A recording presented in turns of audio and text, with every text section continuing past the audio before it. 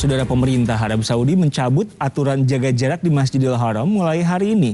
Pelonggaran protokol kesehatan dilakukan karena pemerintah Arab Saudi mengklaim kasus COVID-19 turun signifikan. Petugas melepas stiker penanda jaga jarak di Masjidil Haram. Pencabutan stiker ini dilakukan sebagai persiapan menuju pembukaan Masjidil Haram dengan kapasitas penuh mulai hari ini. Meski demikian, hanya jemaah yang sudah mendapat 2 dosis vaksin COVID-19 yang boleh masuk ke Masjidil Haram.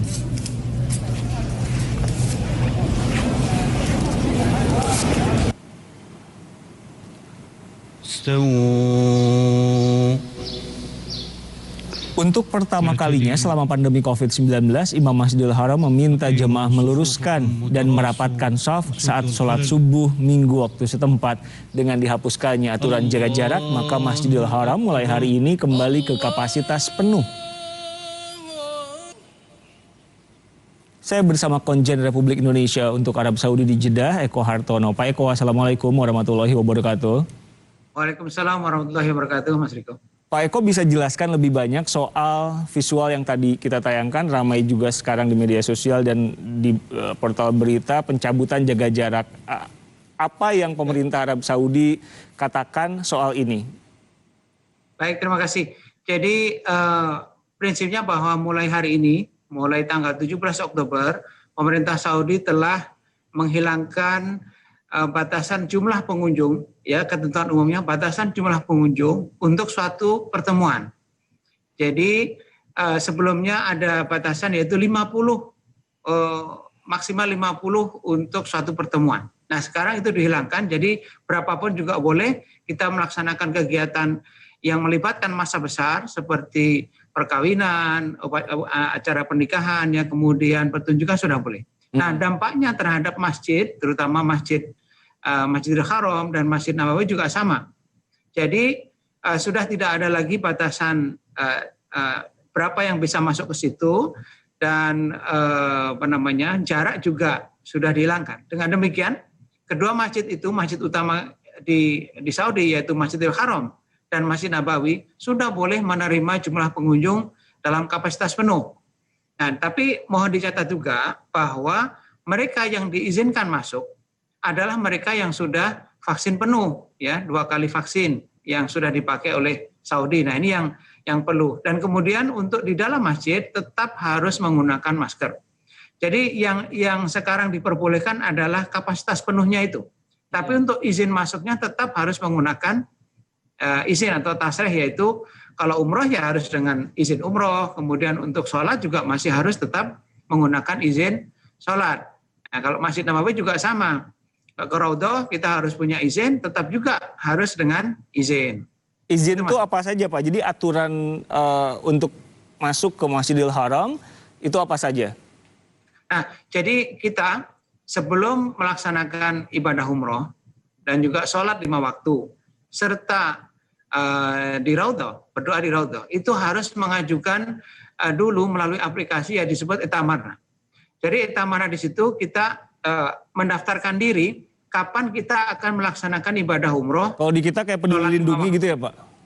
Iya, beda. Kalau Peduli Lindungi kan seperti juga di sini Tawakalna, itu untuk status kesehatan seseorang. Apakah sudah divaksin atau tidak. Nah, Etamarna ini beda lagi. Ini aplikasi lokal di Saudi yang sudah digunakan selama sekian bulan, ya, selama ini, selama masa pandemi, untuk mengontrol jumlah orang yang akan beribadah. Nah, ini untuk mengontrol supaya tidak kemudian jadi berdesak-desakan, ya. Jadi kalau enggak nanti meludak. Nah, ini yang digunakan oleh pemerintah Saudi. Nah, itu harus tetap sebelum kita masuk ke Masjidil Haram tetap harus menunjukkan tasrih, harus izin itu. Jadi kemudian bukan bebas, ya. Di dalam sudah boleh penuh, tidak ada lagi distancing, tapi untuk masuk tetap harus menggunakan izin, ya. Kita harus aplikasi dulu. Oke, jadi ada 2 aplikasi yang berbeda ya, Pak, ya? Ya, beda. Oke, nah ini kan berlaku bukan hanya Masjidil Haram, bukan hanya Masjid Nabawi, 2 masjid utama di Arab Saudi, tapi juga untuk seluruh tempat, begitu ya, Pak, ya? Pak Eko, ya, bisa jelaskan pertimbangannya selain karena kasus COVID-19 yang turun, ada lagi kah atau semata-mata hanya itu? Ya, jadi perlu saya sampaikan juga memang selama beberapa bulan terakhir kasus COVID di Saudi sudah terkendali, ya. Tambahan jumlah kasus harian di sini 45 saat ini. Kemarin itu 45. Dan saya kira ini sudah berjalan beberapa lama. Nah, ini yang membuat kemudian pemerintah Saudi lebih percaya diri bahwa akan diberikan kesempatan kepada masyarakat untuk menyelenggarakan kegiatan-kegiatan besar. Nah, apa signifikasinya? Tentunya ini suatu kebijakan yang sangat baik dan saya kira disambut baik oleh seluruh masyarakat. Tentunya ada makna di sini, yaitu bahwa semakin dekat kita untuk insya Allah nanti adanya jamaah umroh dalam jumlah yang lebih besar. Nah, ini apakah Indonesia dan negara-negara lain yang selama ini belum bisa umroh akan juga diizinkan? Nah, ini kita semua berharap begitu. Itu yang saya tanyakan berikutnya. Juga, ya. Apakah aturan yang diperlonggar, kalau saya katakan seperti itu, akan mempengaruhi keputusan soal haji terutama dan umroh? Ya, kalau haji masih belum, tapi itu tadi saya sampaikan bahwa untuk umroh ini yang kita harapkan. Jadi ini langkah menuju pembukaan umroh untuk jamaah yang besar-besar seperti Indonesia, Pakistan dan sebagainya. Ini tentunya sebuah kebijakan yang sangat positif ya bagi pembukaan nanti jamaah umroh dari kita. Umroh kemarin kan terakhir sudah boleh begitu Pak, tapi memang belum ada peraturan teknisnya seperti apa. Banyak juga yang sudah bersiap di Indonesia penyelenggara umroh, tapi kapannya itu gimana Pak? Apa yang bisa Anda katakan? Untuk kapan saya belum bisa mengatakan. Yang ingin saya sampaikan adalah bahwa ada pembicaraan teknis antara kedua tim, ya, Indonesia dan Saudi, terutama di sini dimotori oleh teman-teman di Kementerian Kesehatan, untuk nanti adanya integrasi antara aplikasi Tawakalna di Saudi dengan aplikasi Peduli Lindungi. Ini yang menunjukkan status tadi itu, status kesehatan seseorang. Tadi jelas saya sampaikan bahwa sebelum masuk ke Masjidil Haram dan Masjid Nabawi sudah harus clear, artinya seseorang ini sudah imun. Nah, ini yang perlu diselaraskan. Karena tanpa itu, sekali lagi petugas Saudi juga belum memperbolehkan jamaah untuk masuk. Nah, ini yang sedang dibahas. Nah, sekali lagi ya kita berharap secepatnya, Mas Eko ya, secepatnya. Kapannya ya insya Allah lah secepatnya. Oke, kalau kita lihat visual kan sudah rapat lagi sholatnya dan lain-lain. Kalau Anda melihat situasi di Masjidil Haram sekarang seperti apa? Apakah banyak juga warga di luar Arab Saudi yang sudah akhirnya bisa masuk ke sana? Ya, kami memang belum, terakhir kami umroh hari Sabtu yang lalu, itu memang belum diberlakukan ya, 1 hari sebelumnya. Tapi yang saya lihat sendiri adalah bahwa memang sudah banyak sekali warga Saudi yang melaksanakan ibadah umroh. Nah, memang waktu itu masih ada social distancing ya.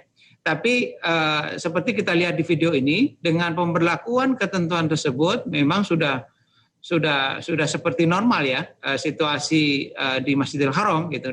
Dengan begitu banyaknya jamaah yang dapat melaksanakan ibadah, termasuk jamaah Saudi dan sebagian jamaah asing. Ya, Mas Eko, ini ada sekitar sampai saat ini tercatat di data kita ada sekitar 20 ribuan jamaah dari 10 negara yang memang sudah diperbolehkan untuk umroh. Gitu. Pak Eko bisa cerita juga situasi secara umum di sana seperti apa? Karena kan kita juga nggak mau ketika sekarang sudah aturan jaga jaraknya dicabut, kemudian semoga tidak nanti ada kasus lagi. Bagaimana pemerintah di sana menjaga supaya keadaan ini bisa tetap seperti ini, bahkan lebih baik lagi? Ya, memang Saudi tadi itu sampaikan bahwa mulai tanggal 17 ini sudah ada pelonggaran, bahkan untuk kita di luar, kegiatan di luar ruangan sudah boleh tanpa masker. Tapi sekali lagi mereka tetap mewanti-wanti bahwa masyarakat harus tetap waspada, tidak sembrono. Namun sekali lagi suasana di sini sudah hampir normal, Mas. Jadi mall, kemudian pertokoan ya, kemudian kantor-kantor juga memang sudah normal. Tapi tetap sebelum masuk kita wajib untuk cek suhu dan tawakalna tadi itu bebas sudah imun ya. Nah jadi momentum ini yang ingin dijaga oleh Saudi. Mereka tetap hati-hati walaupun kasus COVID melandai di sini, tapi mereka sangat hati-hati. Jangan sampai kemudian masyarakat lengah. Nah, ini sekali lagi tetap dijaga. Nah, salah satu indikasi kehati-hatian mereka adalah sampai sekarang masih juga ada beberapa negara, termasuk Indonesia, yang memang belum dicabut suspendnya. Nah, jadi sampai sekarang memang belum dicabut. Jadi masih belum boleh nih kita terbang langsung dari Indonesia ke Saudi. Ya, Pak Eko, terima kasih meluangkan waktu untuk kami di Kompas Petang. Eko Hartono, Konjen Republik Indonesia untuk Arab Saudi di Jeddah.